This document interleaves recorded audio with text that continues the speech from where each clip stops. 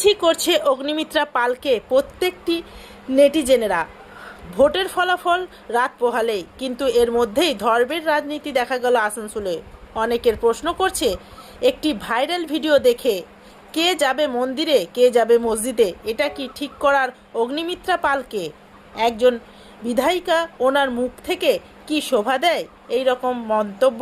বিস্তারিত ঘটনা প্রসঙ্গে আজ বাড়ি ময়দানে পুজো দিতে যান বিজেপি প্রার্থী অগ্নিমিত্রা পাল। একই সঙ্গে দেখতে পাওয়া যায় আসানসোলের বড় চেয়ারম্যান ঘাগরপুরি মন্দিরে পুজো দিতে যান, এবং সেই বিষয়ে অগ্নিমিত্রা পালকে প্রশ্ন করার উনি বলেন যে দেবাশিস সরকার মন্দিরে কেন গেলেন, দেবাশিস সরকারকে তো মসজিদে যাওয়া উচিত ছিল।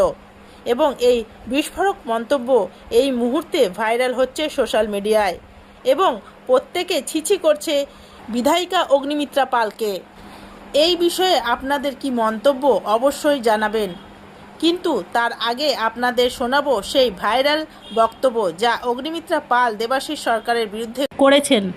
Green Asansol, clean Asansol. কেন আজকে পুজো? আজকে আমরা যে পুজো করলাম, আমাদের দলের মাননীয় নেত্রী, সর্বভারতীয় নেত্রী মাননীয় মমতা বন্দ্যোপাধ্যায় এবং মাননীয় অভিষেক বন্দ্যোপাধ্যায়ের দীর্ঘায়ুর জন্যে, এবং কালকে যে নির্বাচনের ফল প্রকাশ হবে তাতে এক প্রচণ্ড বহুমতের জন্যে আমরা আজকে ঈশ্বরের কাছে প্রার্থনা করলাম। কত সিট আশা করছেন? যেমন আমাদের দিদি বলেছেন 230 পার। ভাজপাও তো বলছে যে আমরা সরকার গড়ছি। ওগুলো সব কাল 10টার মধ্যে ক্লিয়ার হয়ে যাবে। সরকার আমরা গড়ছি চতুর্থবারের জন্য, এবং প্রচণ্ড বহুমত নিয়ে আমরা সরকার গড়ছি। এক ঐতিহাসিক বহুমত দিয়ে আমরা সরকার গড়ব, আজকে পুজো দিলে সেই জন্য আজকে পুজো। এই ভোটের ইলেকশনের কাউন্টিংয়ের আগে ডক্টর দেবাশিস সরকারও দেখা যাচ্ছে যে ঘাগরপুরি মন্দিরে পুজো দিতে যায়। মন্দিরে তো হিন্দু হয়ে তো মন্দিরে আমরা সবসময়তেই পুজো দিই।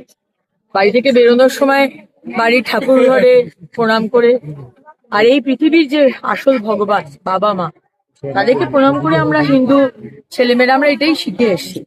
কিন্তু ডক্টর দেবাশিস সরকার, আপনি তো তৃণমূল করেন, আর আপনাদের তৃণমূলে তো আপনারা মসজিদ আর মুসলমান ছাড়া তো আর কিছু বোঝেন না।